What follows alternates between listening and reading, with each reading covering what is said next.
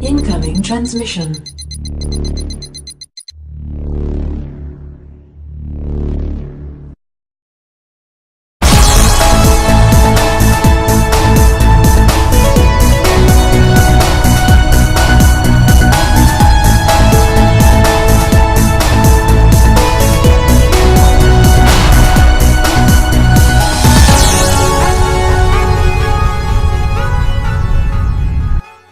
Welcome, watchers of Illusion, to my Castle of Confusion. It's the 11th of January 2017, and I've got an Amiga game for you to check out. Have a look at this.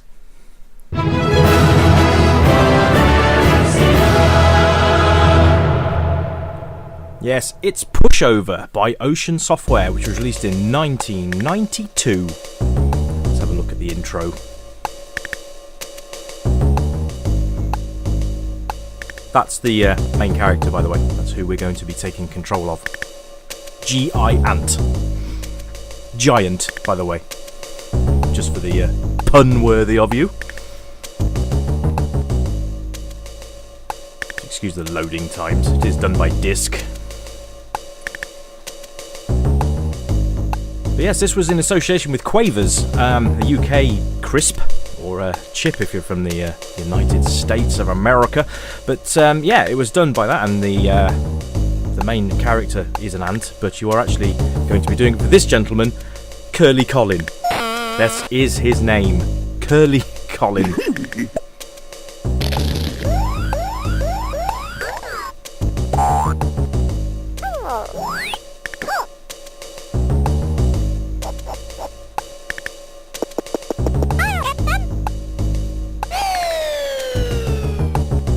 So as you can see there, Colin has lost his quavers, quite literally, and for those of you, a little trivia for you, he was voiced by Sir Lenny Henry. So yeah, it's a puzzle game, and you know how I love my puzzle games, so I thought I'd just get straight into this. I actually had this back when it was released on the Amiga, and it's actually quite good fun. The idea is that you have to knock over the stripy block that you can see at the end there via various methods in the level. Once you've knocked over your block, then you can progress to the next stage. As you can see there, I have a nice little congratulation message. Anyway, this is the password screen. See there, we have a code at the bottom there, 01536. Feel free to use my codes if you so wish. And the little ants make all the numbers up for you, which is quite a nice little touch. You don't have to let them do that. You can actually skip this screen, but I just thought that you'd like to see it. So I won't be doing that every time, I promise you. Anyway, so let's crack on. And here we are again. So the red block, you need to move that well out of the way, because if anything hits that, it'll just stop. So we're going to do that. Now, I like this game. The animations are cute. The main character's quite good as well. Animations are nice. It's a very, very simplistic game, but the colour scheme's nice. The level design is really, really cool. And they didn't really have to do this for the password screen, but I'd actually quite like this. Now, as this is a week gone by since my last review, I do apologise. I am actually going to do 2 reviews today. So this is the first of 2. The second one will be the Fury of the Furries, and it's on a brand new system, so that's exciting. But yeah, this game, fantastic. If you like puzzle games, you are going to be in your element with this one, absolutely. Not everything is as it seems. You've got to learn what each block does. As you can see, this one, there you go, will bounce its way along the screen. So there are so many different ways and means to do these levels. You are against a clock, so you've got to make sure that you get things done within the time limit. You can die, because sometimes if you get the blocks in the wrong order, you have to drop off the side of drop off the side there. You can see all the ledges there. You can just fall off those to reset the level.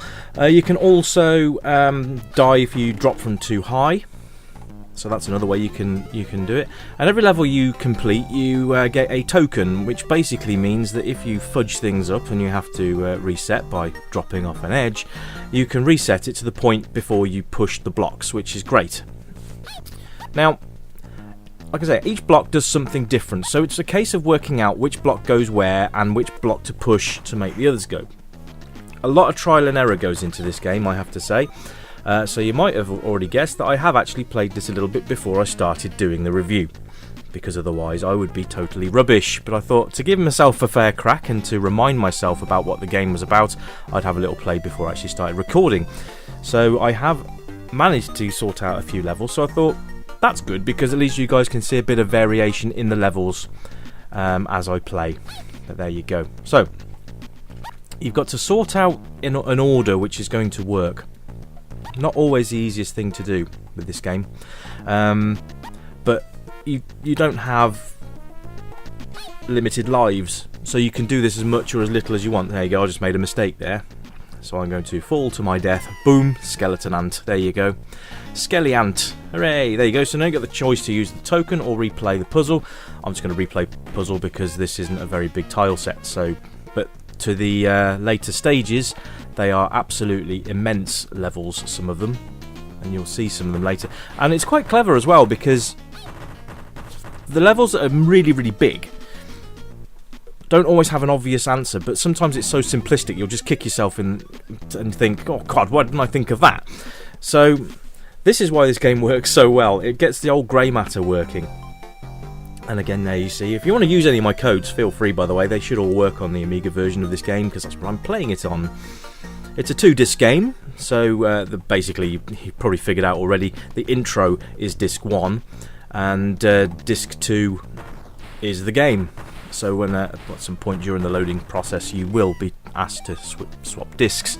Now that was quite clever, I don't know if you noticed that, but when I stood next to that block, the ant put his hands over his ears.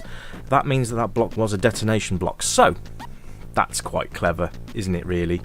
So now you see here, it looks quite complex, but not really. This is what I mean, the game will throw you for 6. Now, the sound on this is quite nice, the music's quite jolly, and it doesn't really get in the way. You can turn it off via the options and the main menu screen. And the sounds of themselves are quite cutesy as well. There's nothing really that's going to annoy you, apart from maybe the difficulty of some of these puzzles, but really, they're not that bad. But they do escalate in levels of difficulty. So, you've got a nice learning curve associated with the game. I quite like that. And puzzle games really need that, I think, because if you've got a game that's just impossibly hard from the start, you're just going to hate it. And this game really just eases you in and gives you an idea of the complexity of the puzzles that you're going to get in the early stages, which aren't that hard. You've probably seen now I just made a mistake anyway, but then it was easily rectified. So, you know, you can just oh, whoops. That's yeah, that can happen too. So you've got to be careful that you don't fall off the edge unexpectedly like that. Sorry guys, that wasn't planned. So yeah, you've got to concentrate as well, as I've just proved. But again, a very simple level here and very easily beaten. But I like the fact that you kind of got to you've got to recover the bags of quavers, but you're not really collecting any quavers, which is really quite weird. So that kind of premise is a bit strange, but if you kind of look past it as a quavers game, it's actually really good.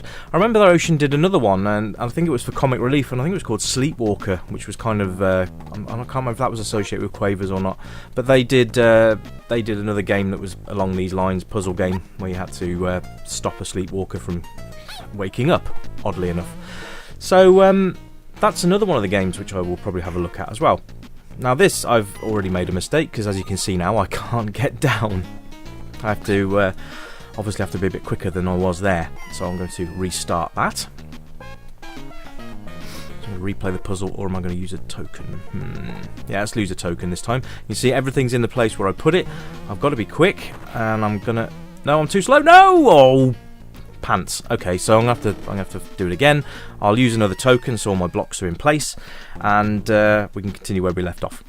So it's a race against the blocks. Here we go. Okay, up, and just about made it, yeah. So you can see there that you've got to sort of think about how the puzzle's going to work. If you didn't know that was going to happen, like I didn't, because this is the furthest I've got for a while, you're going to find that you're going to get stuck. So you've got to race against things, and now this looks interesting, doesn't it? Because you've got to think, well, how am I going to get those blocks at the top? Well, okay then. Let's have a look at this block. Let's put that one there, and then we can push that one. And I've missed completely. Hooray! So there you go. So you've you've literally got, what, about 15-20 seconds on this level. So you can see the timer isn't that bad. But if you've got a short timer, you know it's going to be a simplistic puzzle. If it's slightly longer, then you know it's not going to be quite as simple. So always judge the levels by the clock. If it's a short timer, then basically you're going to have an easy time of it. And there you go. Boom, boom, boom. Boom, boom. Shake the room, and we're done. So there you go. But this is a very, very enjoyable little game. And I can't really put any negatives against it. It's not even that frustrating. And these kind of games normally frustrate the pants off me, ladies. And it's not. It's actually very, very good. And it will keep you going for a long time. There's a lot of replay value to this game. I think you will enjoy it, especially if you're a puzzle game addict. I think you will enjoy it a lot. Anyway, folks, that's been Pushover on the Commodore Amiga. I will catch you in a few minutes' time with Fury of the Furries. Remember to switch over to that one. Anyway, I hope you enjoyed the review. Thank you very much for tuning in. Remember to like, share and subscribe, and I'll be back very, very soon. Bye for now, folks.